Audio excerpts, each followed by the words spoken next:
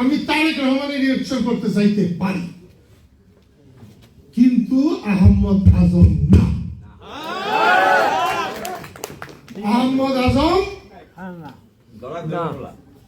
আহমদ আজম পাকিস্তানি হানাদারদের চাইতেও খারাপ। সে মুক্তিযোদ্ধাদের গালি দিছে, সে মুক্তিযোদ্ধা বলে বাতেনের মুক্তিযোদ্ধা। এই এলাকার বাতেনের বস ছিল না, সে বাতেনের মিথ্যা কথা।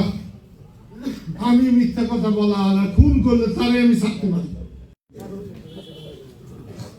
তাহলে তোমাদের যে আপত্তি ছিল, তারপরেও যে আমি বললাম কি নাম সালাউদ্দিন রাসেল, আমরা ওকে সমর্থন করবো। ওর মাঠে যাবো,